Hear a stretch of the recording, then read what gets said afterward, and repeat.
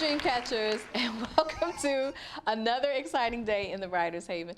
I am your host, Helena, and in studio with me today is international photographer, author, speaker, and radio host, crazy man, Ken Rochon. Ken is the author of 26 books, and he is the founder of the Keep Smiling campaign. He is best known for his Keep Smiling Shift Happens books, a national movement that honors celebrities and influencers for their ability to create community and smiles because of their positive energy and impact. So much to discuss, so much to unpack. Join me in welcoming my good friend, Ken Rochon, to the Haven. Well, thank you. Welcome to the Haven. And thank you for calling it Ken Hill. I wouldn't have found it otherwise. Everything Ken, right? Yeah, everything Ken. And thank you for connecting me here. That's yes, yes. You are so incredibly funny with that. So, but let's get serious for a minute, just a minute. Everybody can see that you're a funny guy, which I love about you. Just reminiscing on the first day that we met. Keep smiling is a very serious topic, so let's not take it as a joke. Well, okay? But I love, when we first met and you first told me about this project, I was so excited about you. You ran down all these books that you had done. You showed me the many celebrities that you had taken photos of, who really believed in the movement, as well as, regular Joes like myself. What caused you to create such a great movement in this book series? Well, I think that's two different questions, because first I wrote a bunch of books. Yes. And that was because I had made a promise to myself when I was a youngin', a little yonker. Right. And my grandmother was an author, a poet, and my uncle was, and I said, that sounds like a great thing to be. I want to be that too. And some 30 years later, I hadn't been. And my mom was diagnosed with Alzheimer's, dementia first and Alzheimer's. I don't think you get them in the reverse order, by the way. I don't think so. Yeah, so when she had Alzheimer's, I had an opportunity to be a caretaker with my dad. And in doing so, you learn and you really think about how precious life is. And at the culmination, unfortunately, of 3 years in her passing, I said, I am doing a book. Wow. And I wrote my first book, and it's actually this guy right here. And I will hand it to you. Thank you very much. And I will show it to our viewing audience. So it's called Becoming the Perfect Networker, Succeeding One Connection at a Time. And the concept is, in this day and age where everything's so busy, even 10 years ago when I wrote the book, cards are being passed and there's not really that follow-up and there's not really that value that you're giving or that ability to help someone really be a lot more prosperous and abundant. So I wrote a book on how you actually create value and also contribute to someone's life. And the book, if you see here, it came out with almost 100 copies sold. Awesome. And that got me on 55 radio shows. And the book was kind of a financial disaster, but what it did was it taught me the value of what a book can do to position you. And so I rewrote it, and it did 5 editions. And I said, you know what? I love doing books, and I started writing more. And then I had people come to me and say, help me with my book. And I realized that so many people want to do a book, but they don't know what they don't know, and they also have a fear aspect of it, like I don't have enough time, I don't have enough money or whatever, and they don't get the book done. And then the saddest part of all is the people that do get a book done, they think that that's the end of it. And that's the beginning, as you know. That's like training for the Olympics. Right. And when you train for the Olympics and you're all ready and you say, okay, I'm done, I'm ready, and then you're not done. You're now at the starting line to actually compete. It's time to. So I have a book here that actually addresses that. It's called, there you go, Make a Book, Move a Book, Book a Sale. And many professionals actually want to do a book. 85% say, raise their hand, I want to do a book, I want to do a book. And only 1% do it. And the reason why is they don't know the steps to actually get a book done. And there's some pretty simple ones, but it's actually just write is one of them, obviously. Another thing is think about what cover you want to do so you can be inspired to continue writing and having something that has continuity with what you're actually showing people on the cover. Okay, so hold on, just so that for our viewers, we kind of have this in some chronological space. Okay. So the Keep Smiling campaign happened A good 3 years later. a good 3 years later. So you actually started your author's journey about Big time. 2009. 2009. Yeah. Yep. 2009, 10 years ago. And it started with your becoming the perfect networker, and you felt this book was necessary because you saw people in situations where they're networking but they weren't very successful in making those connections. Right. You felt that you could kind of teach them a thing or two about doing that.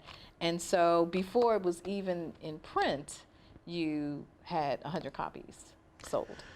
Well, that's quite a joke. Which is I didn't quite have any. marketing. I didn't have any. Okay, I was gonna say, which is quite a marketing strategy. It's like, okay, I'd like to hear about that marketing strategy. No, it's actually poking fun at the fact that so many people say I have 1 million copies sold Yeah, and all that stuff. okay, So I was just poking fun at I almost have 100 copies sold. What kind of dent is that making in the world, right?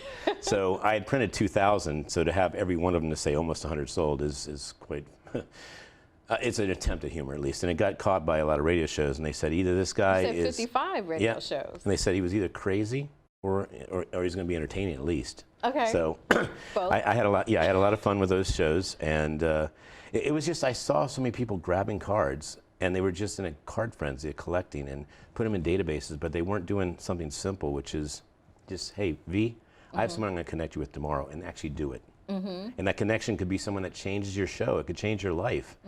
But so many of us are like, let me talk about me. At the end of a networking event, most people, if they were challenged with remembering 2 or 3 people, that'd be actually quite a feat. Okay. And so okay. I don't even worry about talking about myself.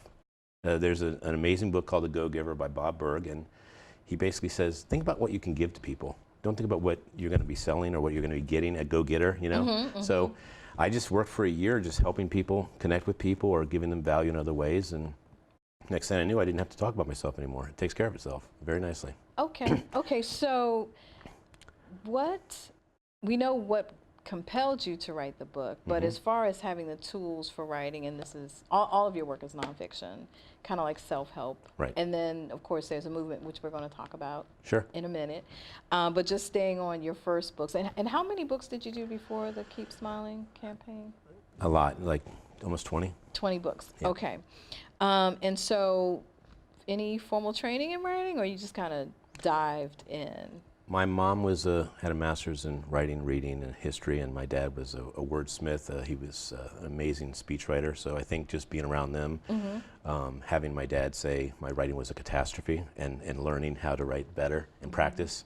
My son's 6 years old, and I'm having him write quotes, actually from a book right here, Powerful Quotes. Okay. And let's show that to our viewers. Yeah, so that's just a book you have in your pocket to inspire you, and it's interesting that, you know, when a kid at 6 years old is writing quotes, he's actually programming positivity into his brain, and he's learning vocabulary words he may not otherwise know. For instance, it was interesting that he actually pulled up dreams. He opened up the book and said, my first quote is, too many of us are not living our dreams because we're living our fears. Les Brown. Okay, now I want you to hold that up so that we can make sure that Okay. we get that There you on go. camera. There we go. There we go. Okay. Okay. Good camera. And then his second quote, he's supposed to do 100 of them, but his second quote is, reality is wrong, dreams are for real. Tupac Shakur. So A lot of different influences. exactly. And Yeah, which is what good literature is about, you know, and just whether it's literature or it's quotes or just a way of looking at the world. Right. I think words in general are very powerful. Very powerful. see, we're like Yeah, on we're that right power. there. And so one of the other things I encourage people when I speak is write a book to the people you love. Because how many of us have this amazing uncle or grandfather or grandmother that tells these amazing stories, and they're just a wealth of information up top, and you're like, please download what you have there, either the stories or the wisdom, right? And so I became a big proponent of making sure that when my son was brought into the world, that I committed that I would write 1 book a year for him, just for him. And so one of the first ones I wrote was a book that I showed you, and I'll hand it to you. Well, you know what? There we go. Hold it up.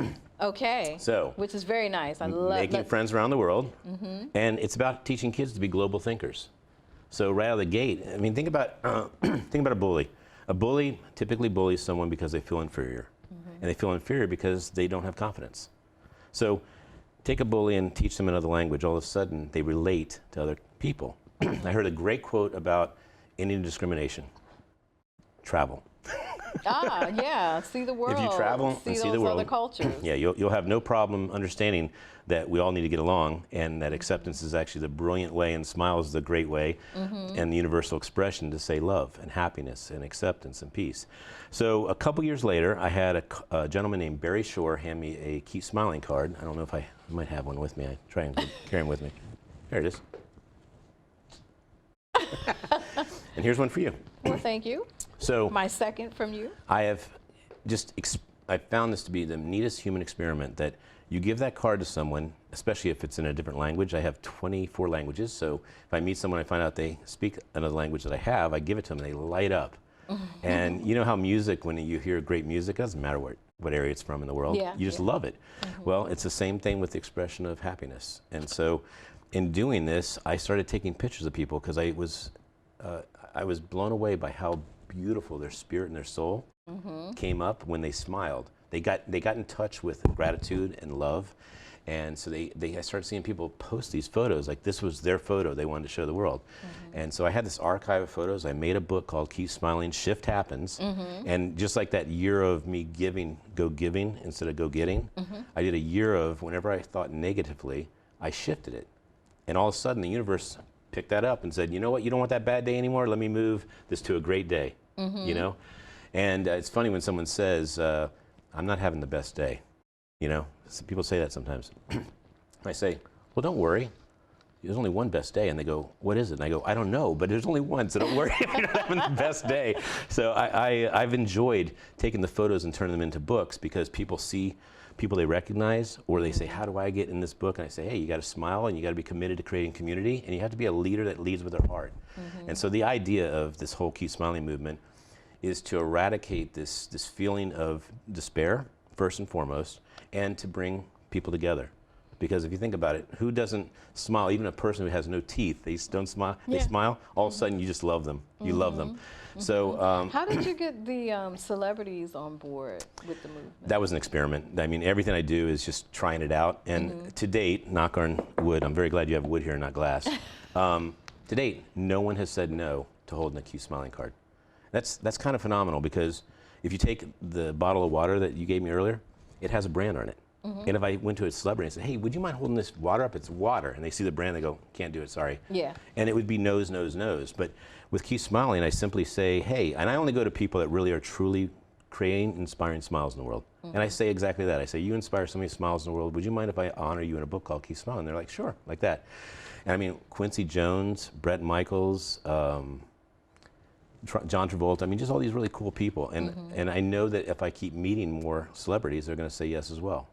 Because if you think about it, those celebrities are successful because of how many smiles they do create. Yeah. And if people started thinking, the more abundant I want to be would be equal to the amount of smiles I'm committed to generating or creating in the world. And I think as a scientist that this is a great hypothesis. How many smiles are you creating in your life? And the people that create the most smiles, look at their bank accounts and look at their feeling of abundance. And if you think about a smile is simply saying to the world, I'm good, I'm happy. And it doesn't matter what's in the bank. And money's important, money's energy. But what I'm saying is that if you are actually using your money for good and you have more than you need, you are in a state of abundance, which is going to generate smiles and also inspire more. Right, right. So. It's a great, great concept. So, and along those lines, you have different themed books of the Keep Smiling campaign. Talk to us a little bit about that. Well, my favorite one is the 17th one, and that is the Bald, Beautiful, and Bold edition. But I just think of the first gentleman, his name is Dr. Sammy Numbisi. Dr. Sammy Numbisi is out of Bethesda, Maryland. He's a dentist, an implantologist, actually. And he's the first one that said, you know what, Ken? I will go ahead and do a Keep Smiling book. And he did one for the DMV. And he told his story, and his practice is called Miles of Smiles. And it just goes to show you the first person, they get accolades forever because they did something no one else did. They said yes, right? So that was my first book. My first edition was called the DMV edition. And it's since become Charm City. And I really want to see Baltimore turn into one of the best cities of love. I mean, it's called Charm. And it's I don't know if you know this, but if you Google, it's #1 or #2 most dangerous city in the United States, depending on what week it is. Yeah. In the global sense, it's number 23 most dangerous city in the world, and it's the only U.S. city that's on that list. Oh, good. All the rest are from Brazil and Mexico mainly. So if you want to really, live life with some adventure, go to Brazil and Mexico. But they out of the 25, they own like 20 something of the cities that are the highest deaths per capita. And so my feeling is two parts. One, the more smiles a city is actually generating, the safer the city is. and the more relationships will be caused by that. And if you think about it, if you have relationships, you have a hard time feeling like you're lonely. You have a hard time feeling like you're mad at the world, or you're even mad at one person. I mean, you hear people say, I don't like this kind of person, or I don't like. If you had that person save your child's life, all of a sudden things shift. Oh, absolutely. And that's that's what I think the Smile Movement's about. It's about having a conversation about what can we do together to actually create abundance. Okay, so is the campaign as impactful as you had hoped, or is it still growing? Like, what is the current status of it? Well, all of the above. It is definitely not as impactful as I thought it would be, because I thought it would be bigger. But it's way bigger than I thought it would be because of the unknowns that happened. For instance, I didn't know when I'd hand it to celebrities that it would be accepted. But I haven't had a celebrity actually go on Twitter or something and say, this is what I love. You got to go to the Keep Smiling Movement and get this floodgate of traffic yet. So I haven't done that. But I have had some huge names decide they're going to write Keep Smiling books. So a Keep Smiling book is about your journey of creating who you are. Now think about that.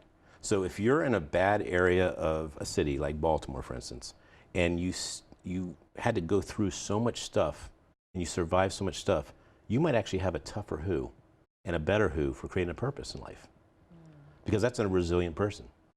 And I would rather hire someone who's resilient and has grit to get to the end. And you think about it, the football players that get the most touchdowns, they're probably people that had to go through a lot of stuff. And so the journey, in my opinion, defines the who that they are, which the higher the who, I believe, creates the higher why, your purpose. And the higher why is, I also believe that there's an integrity issue, an integrity component that causes your how you actually create impact, how you create abundance, how you solve problems, how you inspire hope. We give the ebooks for free at this point. We may shift it at some point to $1, because if you think about it, $1 to unload 1 million people, you got a movement that's actually generating money. And the whole idea of the movement is the first part I already told you, connectivity, love, hope, that's one. And the second part is that we want to pay photographers, videographers, people that are committed to the media that gives good messages. So that's nonprofits. And most photographers, they're happy to donate their time, but they're not happy to pay for their parking. They're not happy to pay the expenses of the day. So you give a photographer $25 to $100, believe it or not, you have their attention. And they're like, sure, I'd be happy to help you. And so we want to fund that type of army of 150 to 300 photographers around the United States to go to these nonprofits and give them an aid, give them help. And then the third part, which is my most exciting part, is take the money that you're getting from the nonprofits, I mean not the nonprofits, but the Keep Smiling Movement, and take 10%, just 10%, and give it to local kids that have deformed smiles or have been in abusive relationships in their family, and give them that confidence of what a smile does. And I've seen in the dental practice, you know, people come in, they're all messed up there, and they get to smile, and all of a sudden they're a person. So it can really that's change the your last outlook. part of it. Yeah, that's awesome. So tell us, first of all, what came first, the writing or the photography? Photography. The photography came first. Yeah, when I was in the Army, I used to play around with black and white, go into the black room and make all the pictures come to life. And it was my artistic outlet, because I was an artist. I went through medical illustration and even went to Johns Hopkins to part of the program. And I didn't have an outlet for art, so I actually picked up a camera and started showing off what I could do. And I think it's so cool when you see beauty and humanity, that you're able to capture it. I've been called a spirit capture, and I think it's a cool compliment. People are very happy, or I capture that moment of their happiness. Yeah, you know, Ken, we're talking about your books, but I definitely want you to know that, at least from where I sit, and I'm sure others agree, that you are a very, very creative person when it comes to your artistry and photography, because the way that you catch moments, I mean, you just took a few pictures of me, and I think I was setting up for an interview when I first met you, and then when you sent them to me, I was like, oh my gosh, I mean, you caught my good sides. But at the same time, it was, first of all, I didn't even know you were taking most of those pictures, but you're just very, very talented in that way, but you really downplay that part. I do, because I don't want to, if you're known as a photographer, it's not that it's a bad word or a bad status, it's just, I want to be an artist. I want to be a leader. And those two speak to inspiration. And the photographers I've met, love them, but they're passive, and they're there to capture. They don't want to be the spotlight. Yeah, yeah. And I love to show off photographers when I'm at events, because I want them to know I'm their friend and that I want to market them. Because if I was a photographer, technically I may find that they're competition. And I don't want them to think I'm a photographer, because I want to help them. And I did this book that I'm committed. I'm going to give it to you, or okay. So it's called The Art of Life, and it's 100 of my best photos in 10 years. And any book that's been shown here, I'm happy to send it to a viewer completely. I can send them to you, and you send them to whoever. But these ebooks are to inspire people to write. They're to inspire people to be creative. And I actually want photographers to take their best work. So when you say inspire people to write, what do you mean by that directly? Well, they have it here and here, but the outlet of it. And I think once they get it out in the world. So the images will inspire them to actually put pen to paper?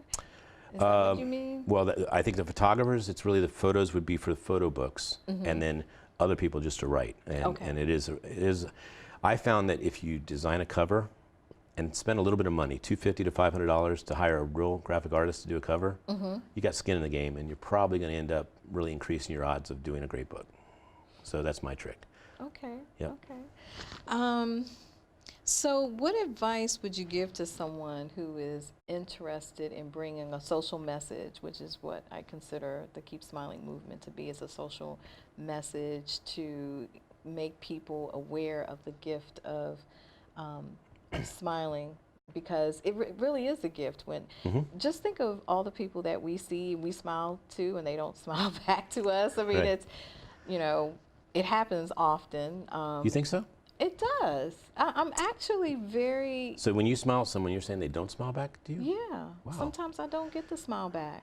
And you know, and what I've told myself is, okay, they're probably not even though it looks like they're looking at me, they're probably not even there. There's something going on here that they're focused on. Sure. So I don't take it personally, but I am would amazed. take it personally.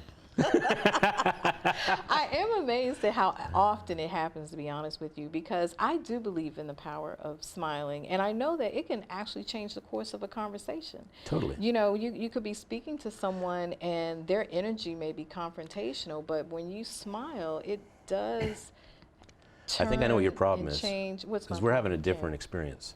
Okay. So what I do that is totally changed is I say, and let's say I don't know who you are. I say, excuse me, I'm about to throw a smile your way. So are you ready? Okay. I'm Well, kidding. I definitely don't do that. I'm talking about complete strangers. I get it. And, you know, maybe it's because I'm at events that there's kind of a filter that everyone paid to get there.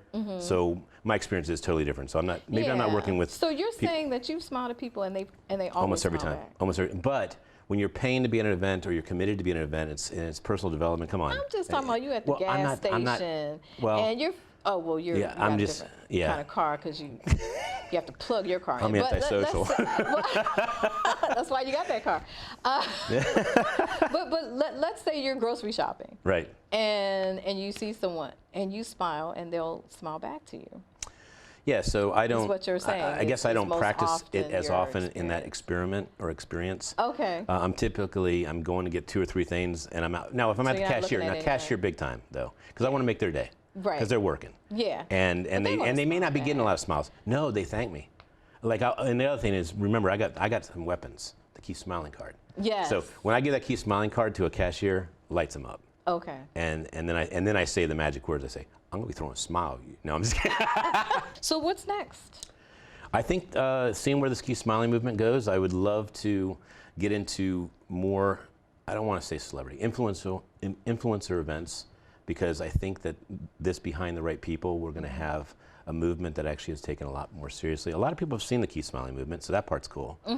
But I want it to be something that people say, you know what, maybe I do only smile 40 times a day if I practice smiling. And by the way, the reason you're doing 40 times a day is because you've programmed yourself to go that low. Isn't that crazy? Unconsciously. Yes, but unfortunately, mostly unconsciously. So mostly unconsciously. those are the smiles that I don't get back from the adults. Exactly. When I smile at them. This addresses that. They have met their 40 cap, and so by the time they get to me, they're not doing it. Well, this is my first book. I did research. Okay. So I've written 25 books, just downloading my heart.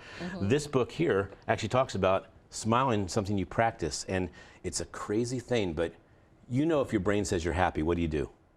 You smile. That makes sense. Or laugh. Laugh, right?